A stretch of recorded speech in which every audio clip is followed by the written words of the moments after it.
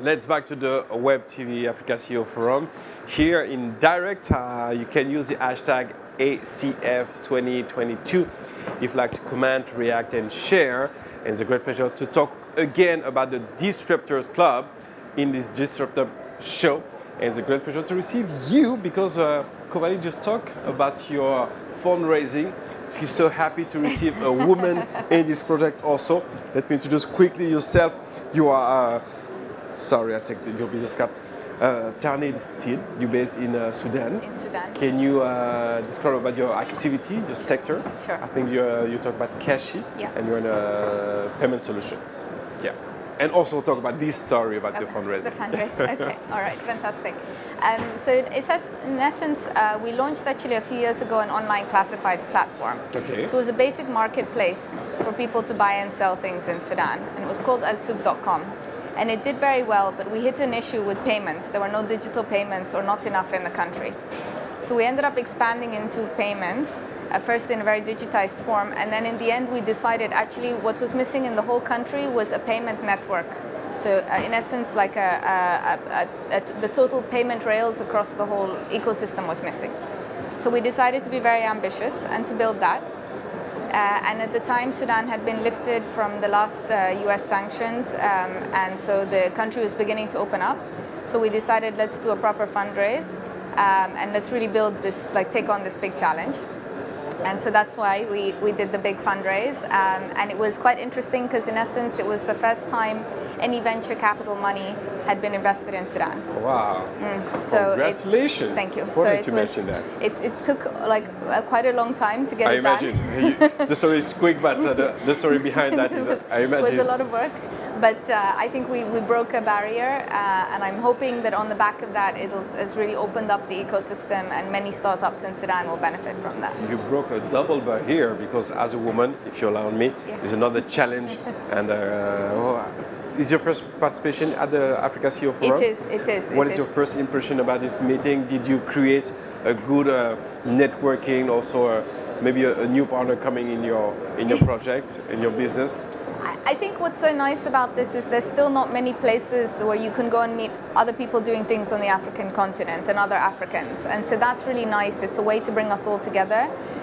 Because I think otherwise, because Africa's so big, we're all in our own ecosystems and we don't really get to mingle. So that's really nice. And I've really benefited from just listening to, and I've met many random businesses here that have nothing to do with tech. Wow. But it's quite nice because you realize that the problems we face are similar across all the spheres of business. So Nice. yeah. That's nice. No, it's been very interesting. And Abidjan is a lovely place. Really, yeah? Yeah. First time in Abidjan? Yeah, the people here are lovely. They're very nice. Very Nice, kind. thank you so much. Let's talk about a little bit with Omar Cissé, CEO de InTouch. Merci d'être là. Vous travaillez sur des solutions. Vous êtes un agrégateur de moyens de paiement basé à Dakar. C'est ça. Première participation pour vous aussi au forum? Non. Non. Vous étiez à Kigali aussi Exact. en 2019. Exact. Ça fait 10 ans que ce forum existe. Votre première impression sur ces rencontres, sur 2 jours de rencontres, de discussions, est-ce que pour vous c'est un début de solution? Est-ce que ça amplifie justement les opportunités d'affaires dans le secteur de votre activité? Ce qui est impressionnant, c'est le niveau de maturité de l'événement. Moi, j'ai suivi le CEO Forum depuis un certain nombre d'années et d'année en année, on note la qualité. D'abord la qualité des participants parce que c'est très important. Je pense que la plupart des gens qui viennent pour le networking, rencontrer des entreprises avec lesquelles on a l'habitude de travailler, mais pour lesquelles on a très rarement l'opportunité de voir le directeur général lui-même, le président lui-même. Là, pendant le CEO Forum, on a l'opportunité de nous asseoir tous les jours avec ces gens-là et de nous rendre compte que nous avons beaucoup de similarités et de travailler ensemble. Très, très impressionné par la qualité de cet événement, comme toujours. Alors, au-delà effectivement de ce rendez-vous qui est qualitatif, parce que les CEO ont un agenda très compliqué parfois, si j'ai l'occasion de les retrouver ici. Et alors, la rencontre avec vos pairs, j'ai envie de dire, ou même vos sœurs, pour faire un jeu de mots, de ce club des disruptors. Vous pouvez nous parler un petit peu de votre corps d'activité, de son développement? Nous fournissons une plateforme qui permet d'agréger tous les moyens de paiement et les services digitaux dans tous les pays où nous sommes. Nous avons commencé par le Sénégal, puis nous avons lancé 6 autres pays, Côte d'Ivoire, Mali, Burkina, Guinée-Conakry, Kenya, Cameroun. Récemment, nous avons lancé le Nigeria, la Tanzanie et l'Ouganda. Notre objectif, c'est de pouvoir offrir aux acteurs globaux en Afrique qui veulent accepter du paiement ou distribuer des services digitaux, de le faire via une plateforme unique. Et c'est la plateforme que nous fournissons aujourd'hui. Nous avons fait beaucoup de chemin depuis lors. Comme je dis, nous avons commencé par un pays, là 12 pays. Un client, là nous avons 1500 clients corporate et 40 000 commerçants qui utilisent notre solution et nous faisons à peu près 1,5 milliard d'euros de volume de transactions tous les ans. Non, mais on parle là souvent dans ces nouvelles solutions, la sécurisation, la sécurité, c'est aussi un gage de succès. C'est des choses que vous garantissez, j'imagine. Et c'est toujours un défi, un challenge, justement, dans ce monde qui est encore plus incertain, avec d'importantes turbulences. C'est un vrai challenge. Et nous disons toujours que nous souhaitons être le partenaire de confiance de chaque transaction digitale. Et donc, chaque mot a son sens. Et donc, vous revenez dessus sur la confiance, la sécurité. Quand on manipule 1,5 milliard d'euros de transactions sur l'année, quand vous perdez 1 franc par transaction, imaginez-vous ce qui peut se passer. Donc on a une plateforme hyper sécurisée, hautement disponible et avec tous les services que nous mettons autour, nous essayons en tout cas d'être ce partenaire de confiance de chaque transaction digitale sur toute l'Afrique. On vous en félicite, on entend bien entendu le dynamisme du Soudan à Dakar, on passe à Dakar, on passe par la Tunisie, par le Maroc, par bien entendu l'Algérie avec Yassir. Vous êtes monsieur Noureddine Taïbi, vous êtes CEO de Yassir. Parlez-nous un petit peu de votre activité et de votre entreprise. Bien sûr. Nous avons commencé en 2017 et on était parti du constat que, pareil, la majorité de la population du Maghreb n'était pas bancarisée. Et en fait, la raison principale pour laquelle elle n'était pas bancarisée n'était pas à cause du manque de système bancaire, mais beaucoup plus d'un manque de confiance. On revient avec et du coup, ce qui était unique par rapport à la région du Maghreb, c'est que ce qu'on appelle les services à la demande, que ce soit le transport et la livraison du dernier kilomètre, c'était pratiquement inexistant dans notre région. Donc on s'est dit pourquoi ne pas utiliser ces services-là qui satisfont des besoins assez importants et immédiats. Et bien sûr, si on arrive à bien exécuter, ben on peut créer une base d'utilisateurs assez importante qui nous fait confiance d'une manière subconsciente. Et c'est là où c'est pertinent d'utiliser, enfin, de leur offrir des services de paiement. Et ce qui est pas mal par rapport à ce business model, c'est que les services à la demande, c'est ce qu'on appelle en anglais des multi-sided marketplaces. Donc il y a plusieurs parties prenantes. Donc il n'y a pas que les clients. Il y a ce qu'on appelle supply, donc les chauffeurs et les livreurs qui travaillent sur notre plateforme, et on en a une centaine de mille. Il y a aussi les commerçants, il y a aussi les producteurs, les fournisseurs, les grossistes, donc vraiment tout un écosystème qu'on peut toucher. Et quand je dis toucher, ce n'est pas seulement en leur offrant nos services de paiement, mais aussi en les utilisant. Par exemple, aujourd'hui, on utilise nos chauffeurs et livreurs comme des agents mobiles pour récupérer le cash et le transférer en monnaie électronique. Et vous faites partie des personnes nominées, en tout cas votre structure, hier, lors du Africa CEO Awards. Vous avez été nominé. Tout à fait. Votre attente et vous retrouvez là dans la shortlist de ceux qui sont récompensés. Qu'est-ce que ça représente pour vous?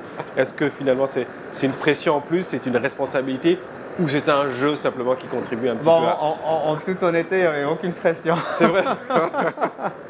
Mais si c'était vous par exemple? J'aurais été heureux, bien sûr. Mais c'était mon ami Ismaël qui l'a reçu. Il fait du très bon travail avec son équipe. Vous ramenez la coupe à la maison, c'est ça? Quelque part? Non, sincèrement, j'irai pas jusque-là. Mais... ouais.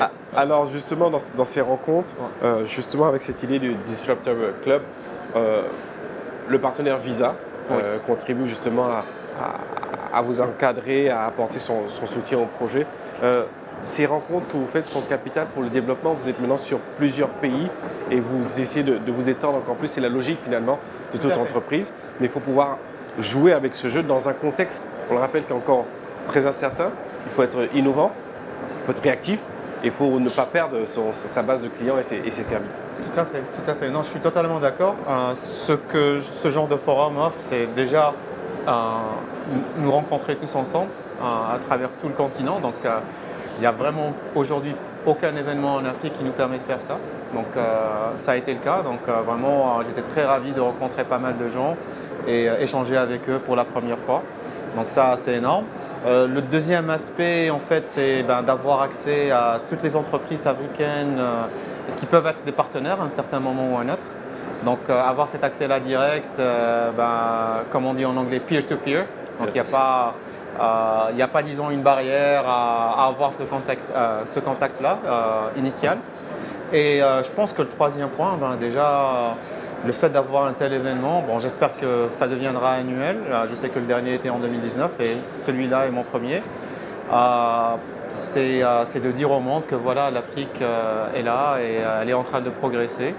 Que ce soit dans l'industrie, ce qu'on appelle traditionnelle, mais aussi dans tout ce qui est technologie. On est en train de vraiment créer une plus-value dans ce continent-là. Exactement. Tarnim, you're from Sudan to Abidjan. We, in this kind of events, to create also a new bridge of business. Do I, sorry? I say it's important to create the new bridge of the business between different areas in Africa. For you, it's important also to reach the new market, the new area is a part of the business also. You try to create this relation.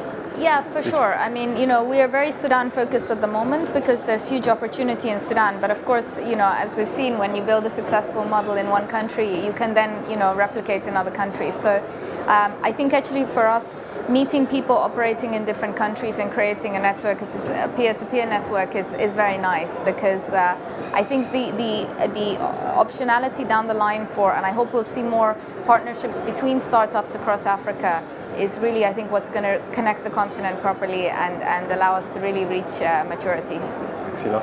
Omar Cissé, vous aussi exactement dans votre intégration du développement de vos affaires, rejoindre de nouveaux territoires sur toute l'Afrique, c'est une occasion justement de toucher de nouveaux marchés. Est-ce que ça fait partie de la stratégie de développement? Est-ce que c'est à l'agenda? Est-ce que vous voulez aller vite devant ces opportunités ou vous devez toujours garder un petit peu le contrôle pour ne pas perdre la confiance donc, de vos clients? Notre objectif, c'est de couvrir 25 pays d'ici 2025. Cette année, nous aurons couvert 17 pays d'ici la fin de l'année. Et donc, effectivement, pour nous, c'est une opportunité de rencontrer déjà des partenaires globaux parce que nous accompagnons des partenaires globaux à se développer dans plusieurs pays en même temps. Ça, c'est une des vraies forces de InTouch, avoir la même plateforme dans tous les pays, être compensé à un endroit unique, avoir un support unique, c'est d'une grosse valeur ajoutée. C'est ce que nous vendons et nous espérons qu'après cette étape-là, bien sûr, nous explorerons d'autres cieux qui pourraient aussi avoir les mêmes besoins que ceux qu'on trouve aujourd'hui en Afrique. Alors, les startups africaines sont à l'heure du Africa CEO Forum. Bravo à vous déjà. Vous êtes, comme on le disait hier, tous et toutes des champions et des role models aussi pour inspirer les futures générations. Donc, bonne chance dans vos activités respectives, surtout. Et puis oui, le Africa CEO Forum, rendez-vous annuel, le plus grand rendez-vous annuel du secteur privé. Donc, qui se donne rendez-vous à Abidjan, peut-être à Dakar, peut-être du côté de l'Algérie ou le Soudan. Oui. Oui. Effectivement. Pour l'heure, nous sommes dans le monde entier à travers cette plateforme, cette web TV digitale du Africa CEO Forum. On va se retrouver bien entendu avec d'autres invités qui feront le tour ici de notre bulle. Et vous restez avec nous bien entendu à travers ce hashtag ACF 2022. Vous entendez ce petit brouhaha, c'est qu'on est au cœur de ce forum. On a au temps de la pause, je crois, ou de différentes rencontres. Mais on se retrouve dans quelques instants. Merci beaucoup.